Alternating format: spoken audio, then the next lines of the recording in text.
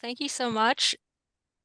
Want to say good afternoon to everyone on what feels kind of like a fallish day, but actually it's going to be so hot this weekend. So, want to first share my screen here. Just keep in mind too, I will send a copy of this deck out so that you have it for reference. As I know, it seems like it's going to be like too much to take notes.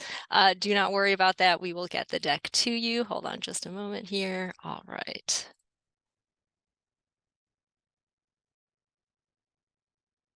Okay, so I'm Christine Chang. I'm the Director of Secure Choice at the Illinois State Treasurer's Office. Just to make the link, the State Treasurer is the chair of the seven-member public board that oversees the Illinois Secure Choice Retirement Savings Program, and our office lends help in terms of actually implementing the program on behalf of the board. So again, thank you so much for your time today.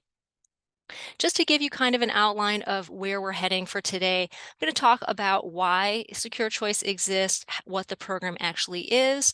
Secondly, we're going to talk about from the perspective of an employer who's facilitating this program as a way for employees to save. What does that look like? We'll also talk about what options are available if you're somebody who's saving through the program. You're actually a participant or a saver, as we would call someone like that.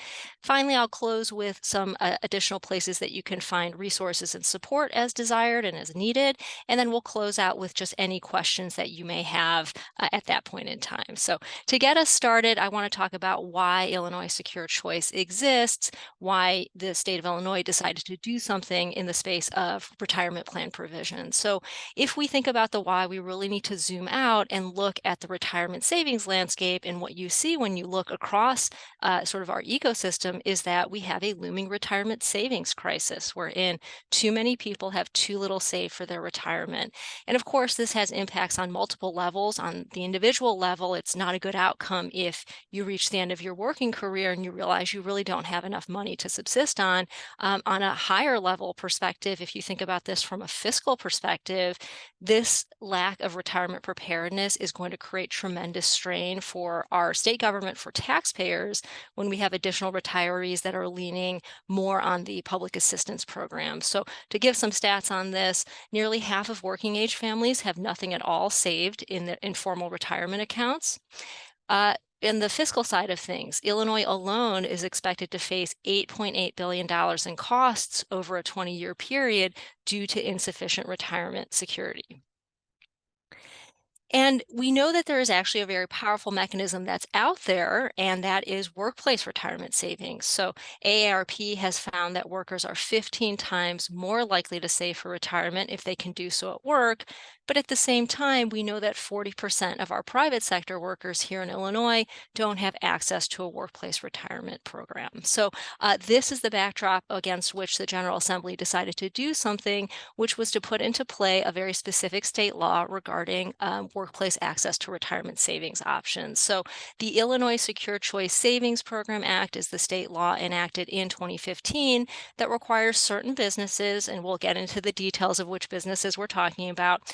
Those businesses need to either sponsor their own qualified retirement plan or facilitate Illinois Secure Choice as a way for their employees to save for retirement at work.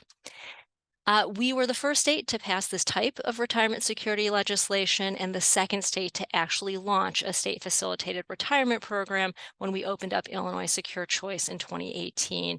And what you'll see now is there's been a lot of interest, a lot of activity, a lot of momentum where individual states are saying we have to do something to help our residents address this looming retirement savings crisis. You see now that there are 19 states that have enacted retirement security legislation. It's all the states that you see here, shaded in red or pink. So getting more to the specifics of what is the Illinois Secure Choice Retirement Savings Program, it was created as part of the state law we just discussed, and it's meant to be a simple and easy way for Illinois workers to save. The mechanism here is that a participating employee is saving a portion of their paycheck into an individual retirement account or an IRA, and that's done through payroll deduction that's facilitated by their employer. As I mentioned, the program is overseen by a seven-member public board chaired by the Illinois State Treasurer, and it's administered by a private sector partner that's called Ascensus. Just want to highlight a few other key features of the program. So first thing is that from the perspective of the employee, This program is completely voluntary. So we do use the mechanism of automatic enrollment, which is a best practice taken from the 401k industry, but employee can decide at any point if they would like to opt out, and they control their account and their participation in all of their settings. The second thing I want to highlight is that the program is designed to deliberately have a limited set of options so as to not overwhelm the actual participant with having too much choice. So for instance, there is a set of standard settings or kind of default settings for a participant who may want to take more of a set it and forget it type of approach, somebody who may want to be involved in a more passive way with this particular type of retirement account. But at the same time, savers and participants can absolutely customize their accounts, and we'll talk about all of those details. And the last thing that I want to highlight is that the accounts in Illinois Secure Choice always belong to the participants. They are therefore portable. So these accounts are not tied to any specific employer. The saver, if they we have savers who have multiple jobs with multiple employers simultaneously, or who move from one job to another, or who move out of state, for instance. Those accounts are always theirs. They always move with that employee. And so I just want to convey that too. Again, the basis for this is that the savings vehicle at play here is an individual retirement account, so it always belongs to that individual. Related to which employers are covered by the state law, it's employers who meet three requirements. First, that they don't already offer a qualified retirement plan. Second, that they had at least 5 Illinois employees in the previous calendar year. And third, that they've been in business for at least 2 years. So all non-governmental businesses that meet those criteria are required to either facilitate Illinois Secure Choice or sponsor their own tax qualified retirement plan. Again, the key thing here is really trying to address the access gap, really trying to make sure that Illinois workers, to the extent possible, have access to a way to save at work. And so one note I want to make is that from our perspective as the state, it does not matter to us how an employer chooses to offer workplace retirement savings options. We always say to an employer, you should make as much of an informed decision as you can in terms of evaluating what options are out there for you to consider, really looking at yourself and where you are capacity-wise, what your objectives are, what you would like to achieve, and make a choice based on all of those things. So for some of our employers, 401k is a great fit for what they want to do and where they are. For some employers, Illinois Secure Choice is a good fit for where they are. So we, again, from our perspective, we just want to ensure that there's more access, more coverage that comes out of that, so that more of our Illinois workers have an easy way to save at work. Now, related to employee count, because we are asked about this quite often in terms of, business looking at themselves and saying, okay, what is that basis of that at least 5 employees in the previous calendar year? So what you see at the bottom of the screen is a little bit more detail about the basis for that employee count from the previous calendar year. So the short story is it's based on quarterly withholding income tax returns that the business is submitting to the Illinois Department of Revenue for the previous calendar year. So to get really specific on this, this is Form IL 941. Department of Revenue is looking at the Schedule P, that's part of that IL 941, to do a count of how many individuals are listed as having Illinois wages and Illinois withholding. So that is the basis for the employee count. We're taking then an average of those 4 quarters, assuming that every single quarter is at least 5 employees, then those 4 numbers roll up into one annual average. So that is that. But again, I'm happy to answer more questions about the databases, because I know that's sometimes a little bit confusing. Related to the employee side, in which employees are eligible to participate in Illinois Secure Choice, we again have a set of 3 requirements. The first is that the employee has wages that are allocable to Illinois. The second is that they're aged 18 or older. And the final one is that they have either a Social Security number or an individual taxpayer identification number, also known as an ITIN. And I want to drill in on a couple of things here related to having wages allocable to Illinois. I just want to stress here that the state of residence of the employee is not at all an issue here. We obviously border a number of other states. We have people who are residents of other states who are employed here in Illinois and receive Illinois wages. Again, what we're looking looking at here is, does the employee have wages that are allocable to Illinois? If we want to tie this back to our data source, Illinois Department of Revenue, one way to think about it is, who are you listing on your quarterly withholding income tax returns on Schedule P as having been paid Illinois wages? The other thing too to think about here is that the status of that worker is not an issue either. It's not that this is limited to just full-time employees. This is eligible, it's open to anybody who has any level of Illinois wages. So that can include part-time employees, temporary employees, seasonal employees. It can also include you. If you're a business owner that receives W-2 wages from the business, you would be considered eligible too to participate in this particular way. The other thing that I want to say too is that this program is open for self-enrollment. So it means that an individual who has earned income is eligible to enroll themselves to get an IRA through Illinois Secure Choice, completely separate from an employer covered by this state law. So that could be an employee who works for an employer that doesn't facilitate Illinois Secure Choice. It could be somebody who's self-employed, who is their own employer, and that would include members of the gig economy. So did want to highlight that that's another channel for somebody to come into the program. Related to how we've been bringing employers on board, we've been doing so in annual employer onboarding waves since the program launched in 2018. We started with the largest employers, and we've been working our way down to the smaller business end of the segment. So for 2023, our focus is on employers who had 5 to 15 Illinois employees in calendar year 2022, as well as a relatively small number of businesses that are larger than that threshold, but who are newly on our radar for this year. So for that pool of employers, they have a deadline of November 1st by which to either start the onboarding process to get Illinois Secure Choice in place at their business, or if they're already offering a qualified retirement plan, to report an exemption. And I'll talk a little bit more about that in detail in a few minutes here. One note too, and this is more for reference than really it being a discussion point, we're often asked about a business that's smaller than that 5-employee threshold. And really the short story there is that an employer who's smaller would not facilitate Illinois Secure Choice in the same way that I'm about to describe. But certainly if any of their employees were to self-enroll in Illinois Secure Choice, that employer does have the option to help facilitate payroll deduction to help move, a portion of paycheck into that person's IRA. Related to how and when we speak with employers covered by the state law, ahead of an annual November 1st deadline in any given year, we start reaching out to covered employers in late July, around 100 days to that November 1st deadline. I will also say that we do pre-screen, some level of pre-screening before we send out those notifications. There is some level of data that we can obtain through the U.S. Department of Labor related to Form 5500 for sponsors of qualified retirement plans. That data is not comprehensive, but we do try to use that data to screen out some employers that we already know have a plan and thus would be exempt. In terms of what our communications look like, what form they take, we use direct mail as our primary channel of communications, and you can see a sample letter there on the left. We also supplement with email where we can, when we have valid email addresses on file. In both, and you can see on the right a sample email. The basis for our data is, again, Illinois Department of Revenue and that withholding tax data that we're receiving from them. Before we get into some more specifics of what this looks like for an employer facilitating secure choice as well as a participant in the program, I want to touch on program enforcement because we do get a handful of questions about this. So per statute, there are penalties for noncompliance with the state law.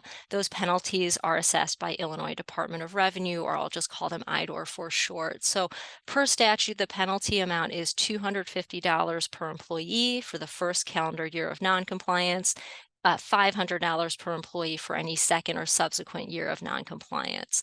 I will also note that IDOR does not take enforcement action immediately following an annual November 1st deadline. So for instance, 2023 is the first year that IDOR has taken enforcement action, and they're right now focused on calendar year 2021 and any employers who are still today not compliant and who was notified of their requirement ahead of 2021 starting. In terms of what the IDOR notice process looks like, the first thing that goes out to a non-compliant employer is a notice of proposed assessment. So this notice lets the employer know that they appear to be out of compliance with the state law, that they have 120 days to come into compliance, and the amount of the proposed assessment were they to not come into compliance timely.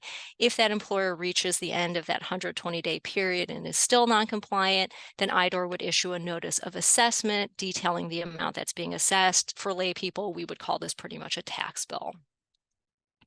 So next, I want to touch on what it looks like for an employer who's facilitating Illinois Secure Choice at their business. So in terms of what the employer is responsible for, it's really just what you see listed on the left here in terms of registering for Illinois Secure Choice by that November 1st deadline and setting up an online account. So you would be administering this program through an online portal, which I'll show you in a little while here. The next two things are really then key responsibilities related to how you actually submit, what you actually do to administer the program. So from the perspective of what are those next steps, the first step that you have once you've registered and set up your online account is to submit a roster of eligible employees. From that point, you'll see in a second here, that's going to launch some communications about the program that are coming directly from our program headquarters out to your employees that informs employees of what their options are.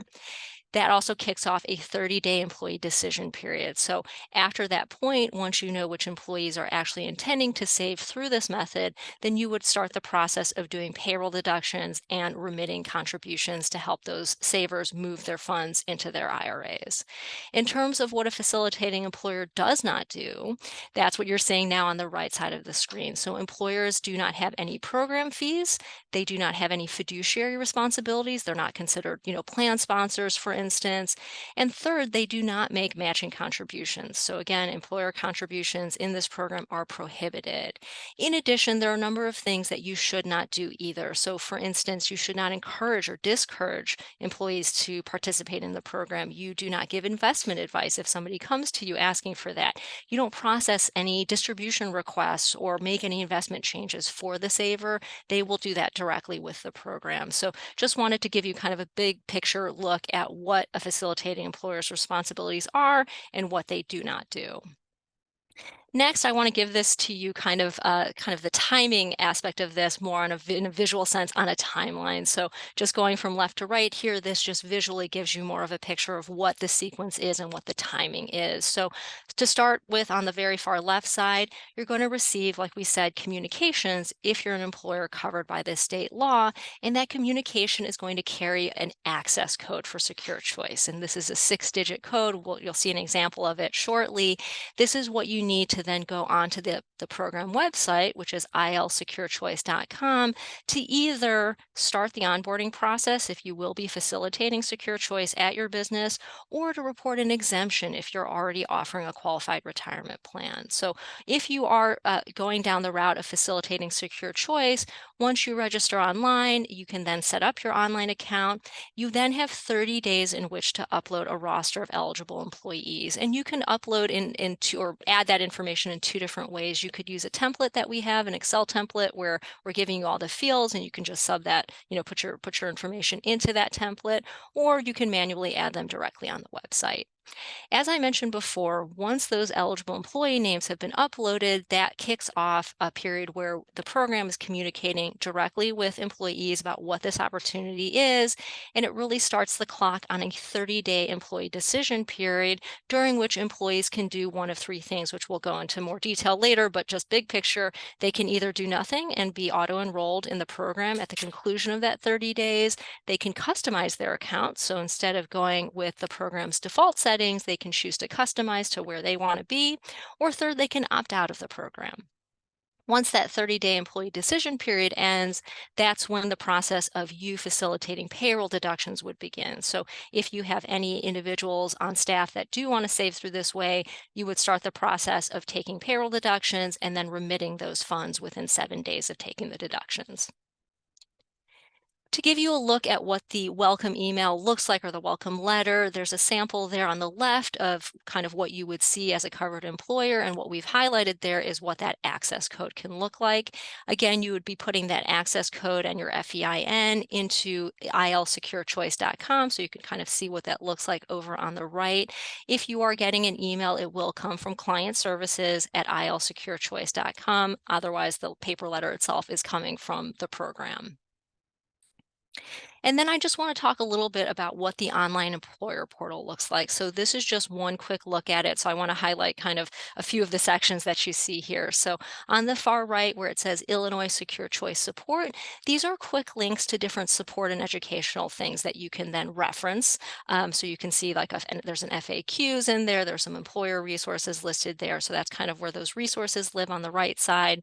Right in the middle, what you're seeing there is this dashboard, which really hones in on where you are in the onboarding process and what's next. So kind of tying back to what we talked about before with the timeline and sort of the sequence of events, once you've registered, the very next step will be to upload a roster of eligible employees, after which, if you have eligible employees ultimately who are participating, you would begin the process of payroll deductions.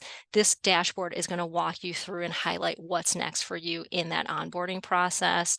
And then before we go on to the next slide, I want to highlight on the left the navigation options that you have there. So this is highlighting some key different areas that you might want to click into to do certain tasks. I will highlight that for one thing, in the administrator section, you can absolutely designate certain people as delegates or administrators on your account, because we realize that you yourself may not be the day-to-day person who's working on administering this program. You may have another staff member who's in charge of that, or maybe you have a bookkeeper or an accountant that you work with. Those are individuals that you can deem administrators on the account, and you can adjust their access level, based on kind of where you think they need to be.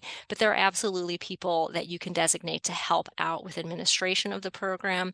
I'll also note that you can link to a payroll provider. We have a number of integrations with payroll providers who can help with certain parts of administering the program. So we always encourage that, if you are working with a payroll provider, to have a conversation with them about what role they might play, what role you would like them to play, and kind of what those options look like.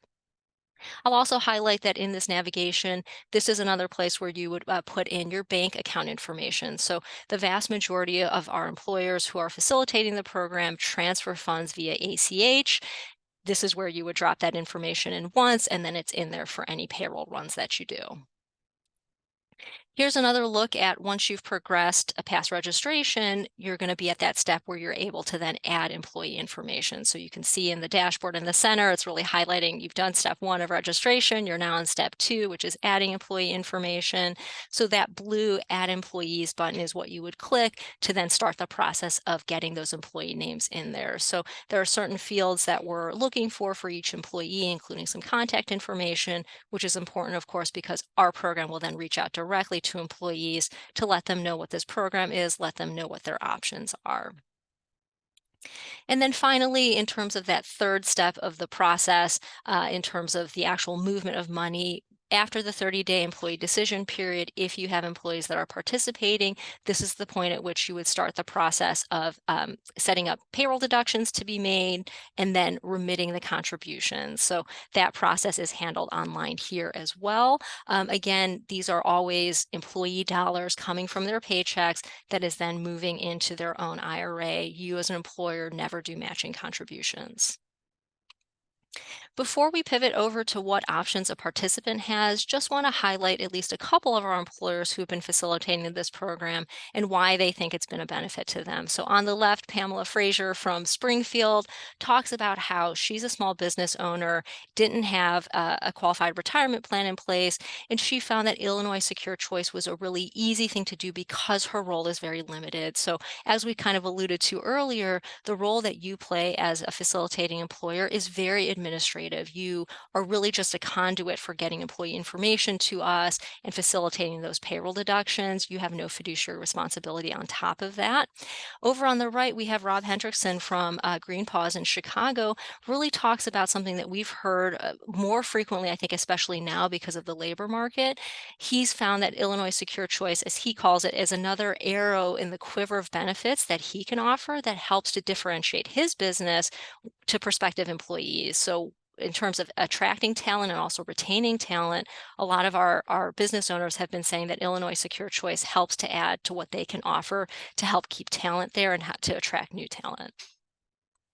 So our next section is really about what are the options for a saver in a program or a participant in our program. So just to review the process again, once employers upload that roster of eligible employees, that kicks off the process for us as a program to reach out with information. It starts the clock on a 30-day employee decision period during which an employee can take one of three actions. They can, one, do nothing and be automatically enrolled at the default standard settings. Number two, they can choose to customize their account with Illinois Secure Choice. Or number three, they can opt out if this isn't the right time or option for them at that moment. Once that 30-day employee decision period passes, any employees that are participating in the program are now, part of the program, and thus you would start the payroll deduction and payroll submission side of things for them. One thing I want to highlight, and this is important sequentially, we have to have the employer upload the employee roster before an employee can actually opt out, for instance. So sometimes there's confusion about the order of things. If our client services team gets an opt-out request from an employee they've never seen in the system, it becomes very confusing. So again, sequentially, the employer uploads that employee roster, and after that point, the employee can decide to customize their account or opt out. So I just want to hone in on the options that an employee has during that 30-day employee decision period. So again, option one, if they want to stay in this program, they don't have to do anything. They would be enrolled at the default settings, which are, number one, the type of the IRA here would be a Roth IRA, which is to say it's funded with after-tax contributions. The second thing is the contributions rate. The default is 5% of gross pay with automatic escalation each year by 1% to a maximum of 10%, but we'll talk about customization in a minute here. And then third, the default investment option is a target date retirement fund, which we'll talk about in more detail as well. The second option during this 30-day decision period is for the saver to customize their account, so they can change a number of things about the account, including the contribution rate. Maybe instead of the default 5%, they want to do 7% or 2%. They can change their investment fund option if they would like to pick, and I'll show you the menu of options there.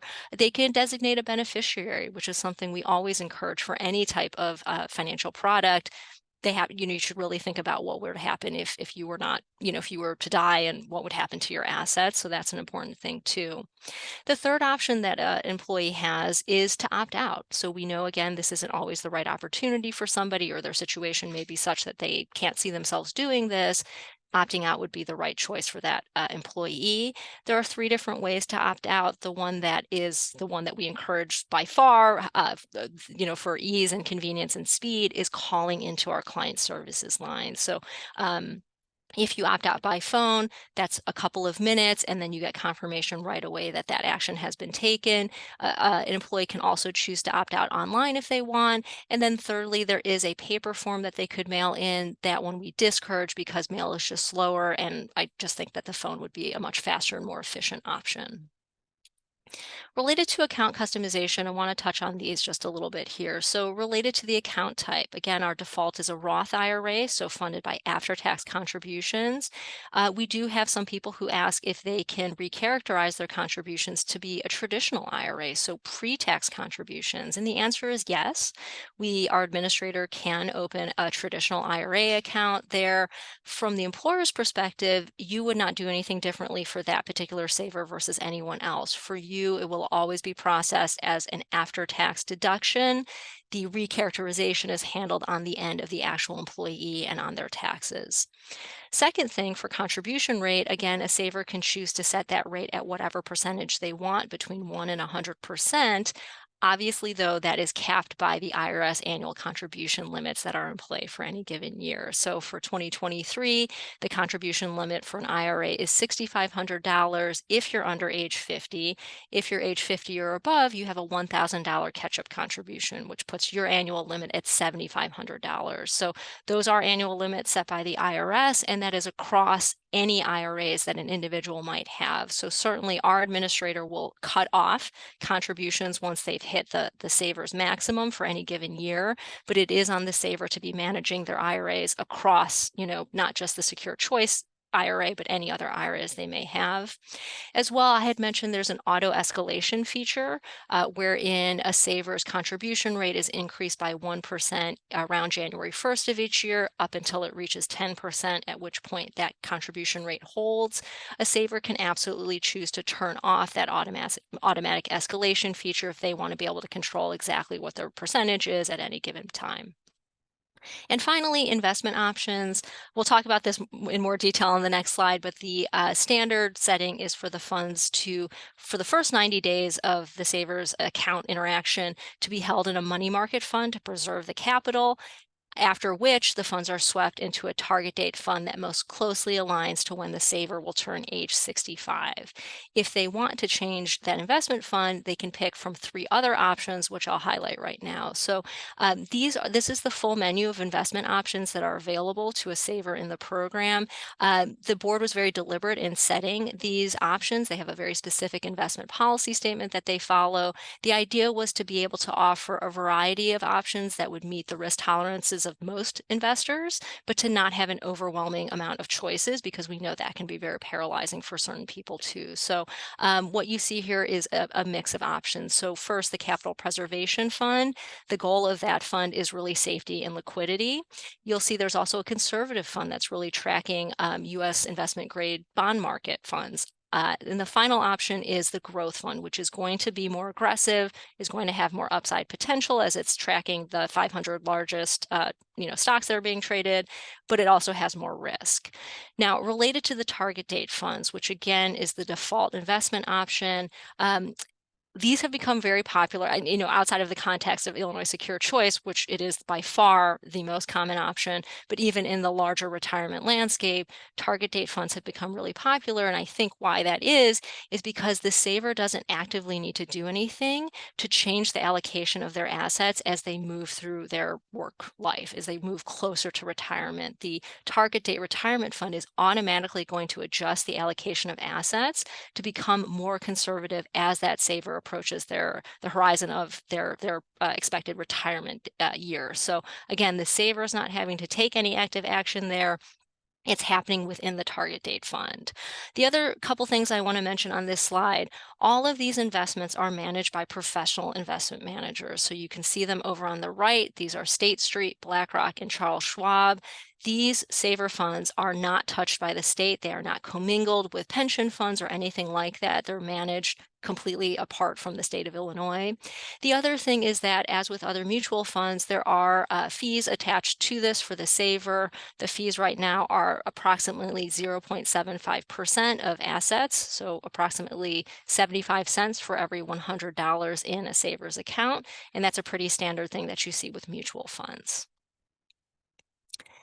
Finally, before we get into Q&A, want to highlight what resources are available to you. So our website is one of the key resources that we point people to, ilsecurechoice.com.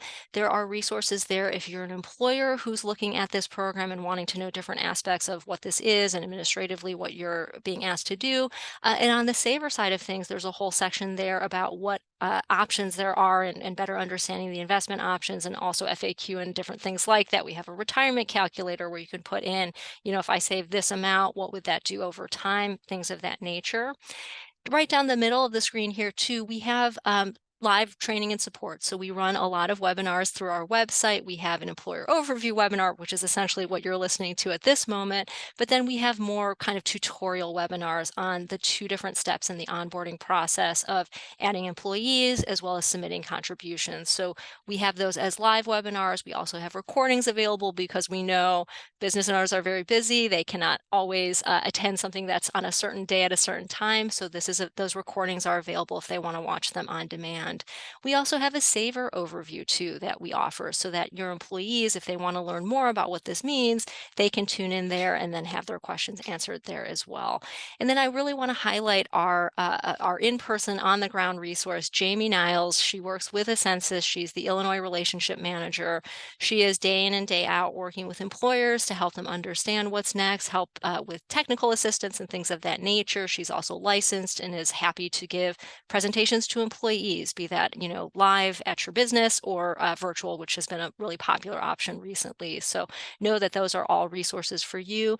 And then finally, we have a client services team that is dedicated for Illinois Secure Choice that's available 8 a.m. to 8 p.m. Monday through Friday. They offer multilingual support, which is really critical too. So don't ever feel like language is going to be a barrier. Our client services team is equipped to help with, in terms of language needs and things like that. So that's really all I have in terms of the kind of official presentation. Happy though to take any questions that you might have. Again, as a note, I will have this deck out for you so that you'll have it for reference, and you can certainly then click on all of the hyperlinks and have Jamie's contact information. But yeah, I will pause at this moment to see if there are any questions.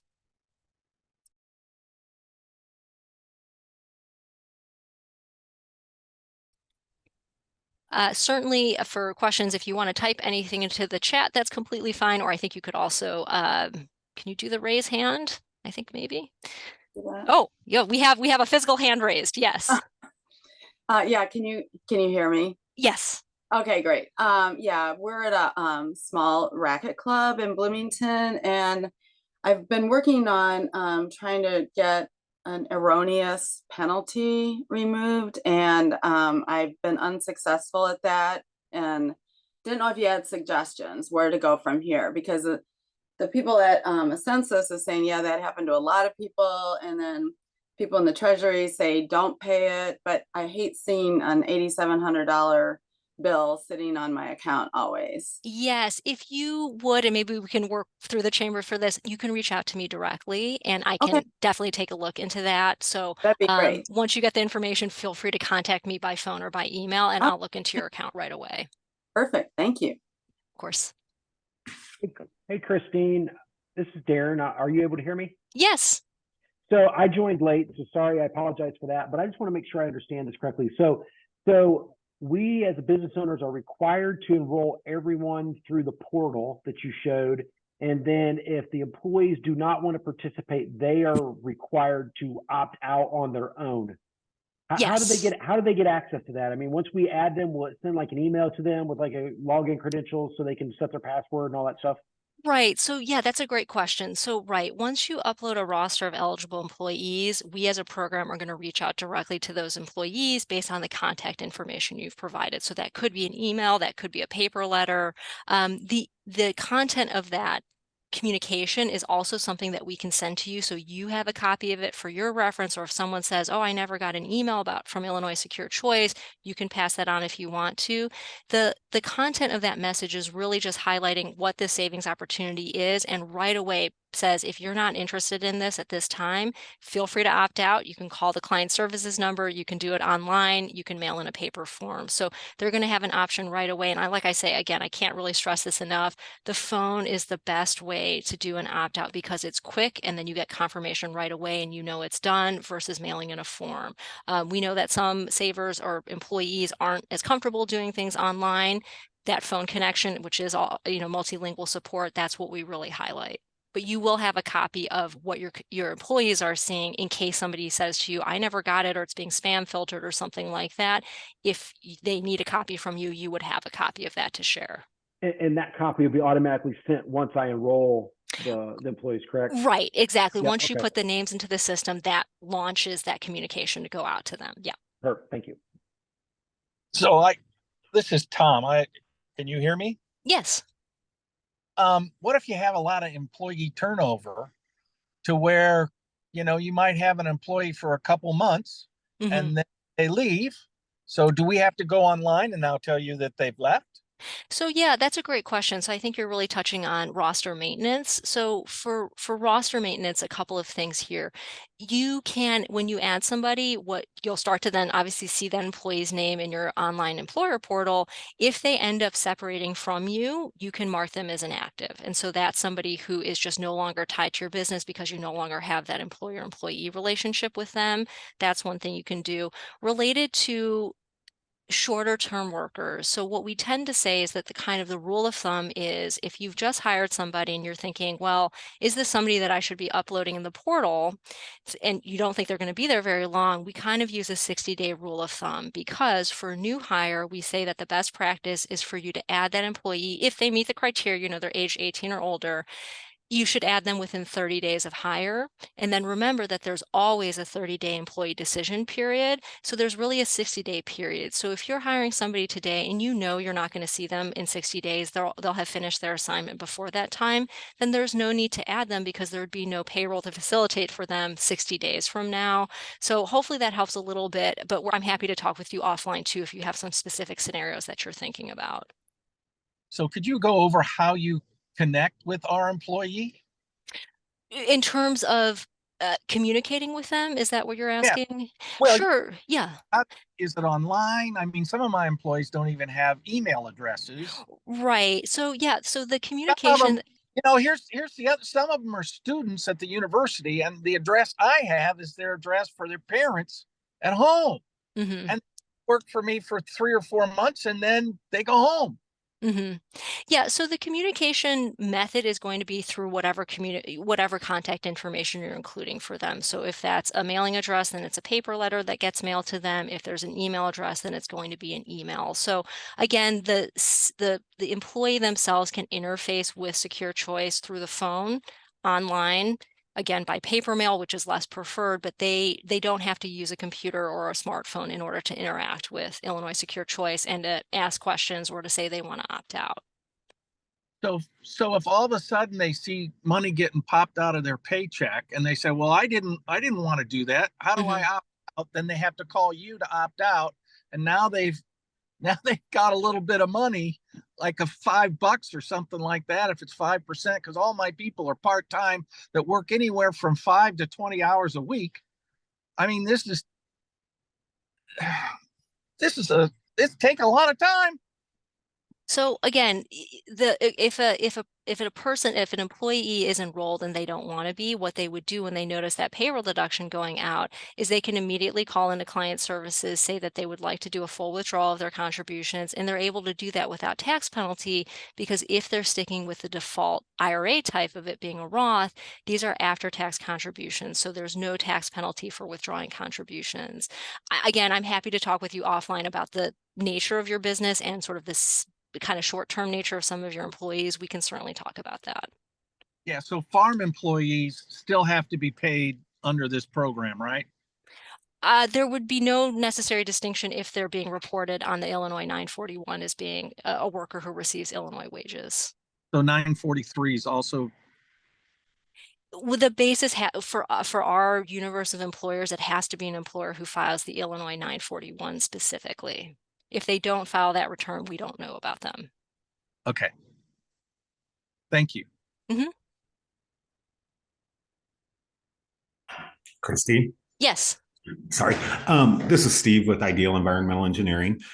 Question regarding the requirements. We offer an employee's sponsored 401k retirement plan, but we also have part-time and sometimes seasonal employees who don't meet the eligibility requirement to be in the 401k plan. Do we need to offer this to them, or are we considered that we don't have to participate because no, thank you. That's a great question. So the fact that your business offers a 401k means that your entire FEIN is considered exempt. So you would not be facilitating Illinois Secure Choice. Again, certainly any of the folks that you mentioned that don't qualify to participate in your corporate 401k can certainly self-enroll in Illinois Secure Choice if they wanted to.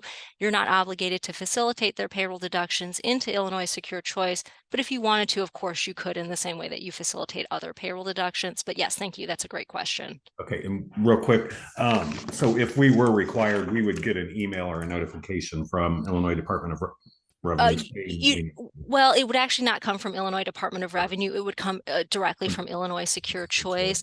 I'll say this, if you're wondering, oh, did I miss a letter that was a USPS delivery issue or a bad address or something like that, and you're wondering, am I supposed to be doing something and I'm not doing it? You can always call into our client services line and have them check your account. You may already be exempt from, something else, or we may have pre-screened you based on, US Department of Labor data. So I always encourage, if there's any question at all, feel free to reach out to client services and they will look up your account specifics. Gotcha. Perfect. That's what I needed to know. My question is similar to Steve's. Just, you said, organizations with a qualified retirement program are not required to do this. So what's the definition of that? And for example, we have a simple IRA program. Mm-hmm.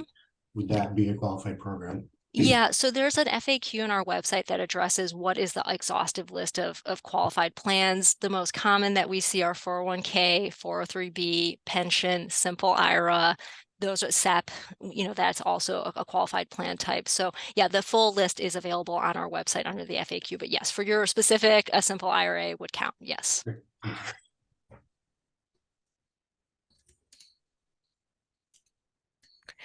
We had a question that came in via the chat regarding an employer that didn't have 5 employees at a minimum in 2022, and regarding kind of would they be covered by this state law sometime down the line. So the key thing here to remember is that the previous calendar year average employee count is what's going to dictate what happens in this current year. So here in 2023, if you look back at 2022 in your filings and you didn't have at least 5 Illinois employees in every quarter, you're not going to be covered by the state law right now. And so your 2023 situation will then dictate what happens in 2024. So I know there's a lot of information we just shared there, but yeah, your previous year count will always dictate what's happening to you in this current year. I have a follow-up question.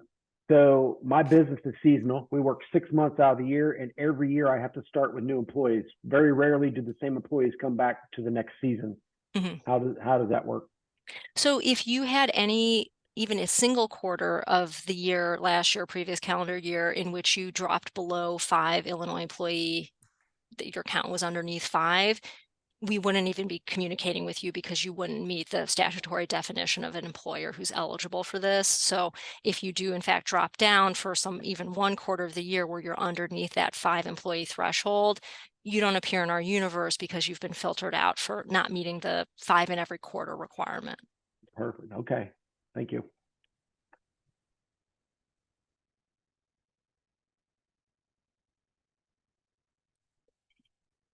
Any others? Oh, yes, go ahead. Yeah.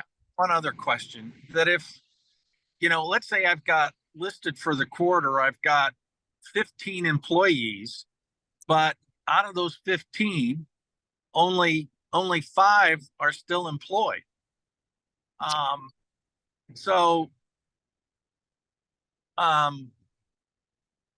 In any one week, I may only have 5 or fewer employees every week or every 2 weeks. So it doesn't matter, if that 941, if I've got 10 or 15 people on there, but only 5 of them are still employed, it still doesn't matter, right? Right. So you kind of have to think of employees in 2 different ways. Number one is, what was my previous year employee average, which dictates whether or not I'm covered by the state law.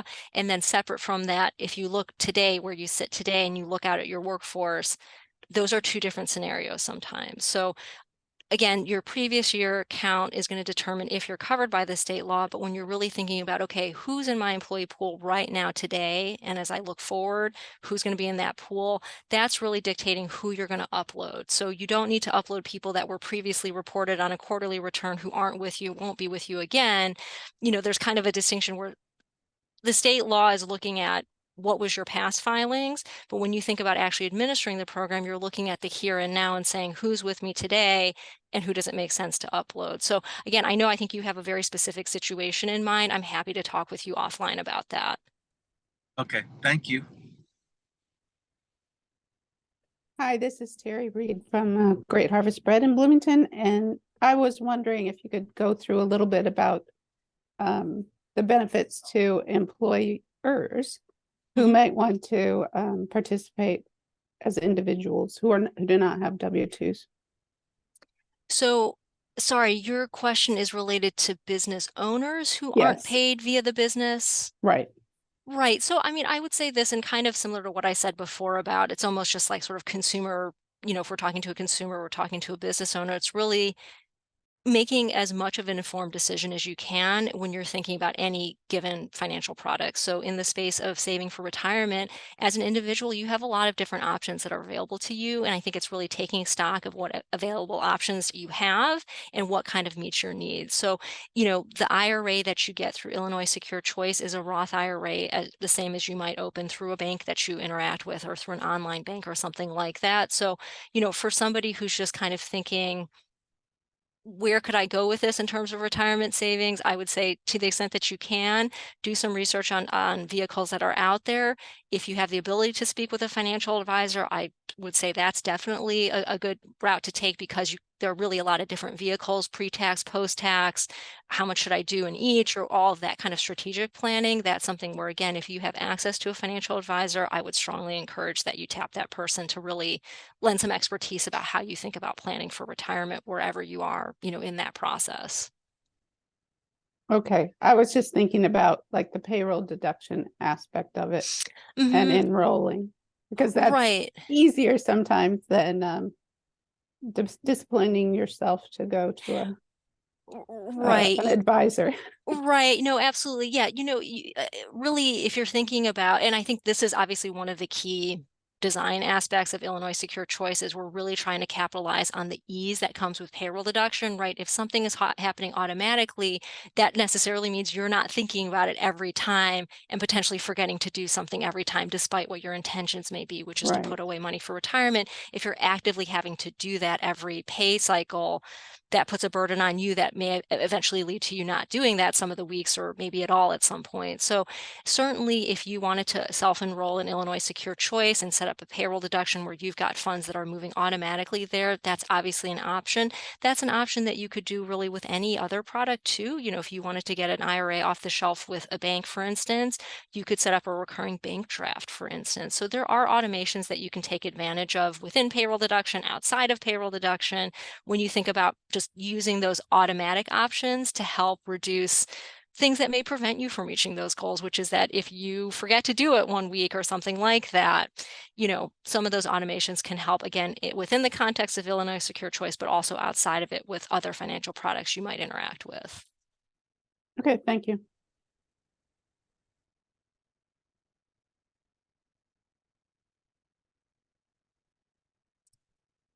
Are there any other questions? I will say this too, of course, as I think I said before, when you get the materials related to this presentation, you'll have my contact information. You'll have the information for Jamie Niles, who's working with employers all day, every day. So certainly do not hesitate to reach out. I realize that as you're thinking about this later, you may have questions that pop up at that time, or you may have questions that are very specific to your situation. Do not hesitate to reach out to us. We are here to help you better understand what's next and get connected to technical assistance as you need to. So just want to put that out there again, so this is not the end of the line by any means related to questions and answers.